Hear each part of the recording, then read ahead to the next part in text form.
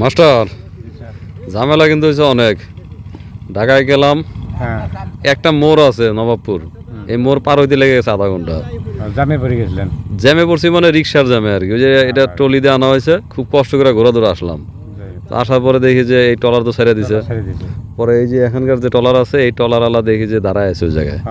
পরে বললো যে ভাই তাহলে আমার সাথে চলেন। তো আমি বললাম যে কুড়িগ্রামের লোকজন কাজ করে আর তো বোঝা পারে না, ঠিক আছে তাহলে আমি ওখানে রাইখে আসবো, ঘোরা তো রাইখে আসতে চাইছিলাম। পরে আবার ও করতেছে ভাই এত টাকা দিয়ে কিনছেন নতুন জিনিস, রাইখে যাবে না, সমস্যা নাই, ঘোরাদের পরিচিত লোকজন আছে, সমস্যা নাই। তো তারপরে কয় যে তাহলে আমার সাথে চলেন, ওখানে কষ্ট করে নিয়ে যাবো না। এখন তো সন্ধ্যা হয়, যে সূর্য একেবারে ডুবু ডুবু, দেখছেন? দেখেন ও ডুবে গেছে। এখন বিষয় হচ্ছে যে আজকে আসলাম মাঝিরঘাট হয়ে। মাঝিরঘাট তো আপনি অনেক ভালো চিনেন, ওই পারে পদ্মা ব্রিজের এই পাশ দিয়ে দেখলাম অনেক জায়গা ভেঙে গেছে। গেছিলেন এর মধ্যে? না, এর মধ্যে যাইনি।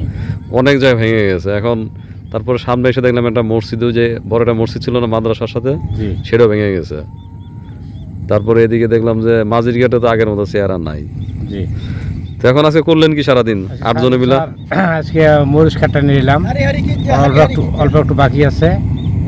তারপরে বিকেলবেলা আবার নাল শাক উঠে দিতেছি। পরে স্যার আপনি যখন ফোন দিলেন তখন আমি 4 জন লোক, আমি সকালে 4 জন আমি চলি।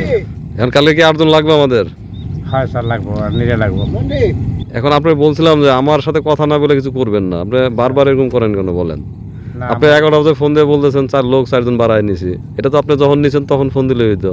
তখন মোবাইল চার্জ ছিল না স্যার, পরে মানুষের বাড়িতে চার্জ দিতে গেছি মোবাইল। ভালো করছেন। কারণ শাক কি 200টি উঠবে?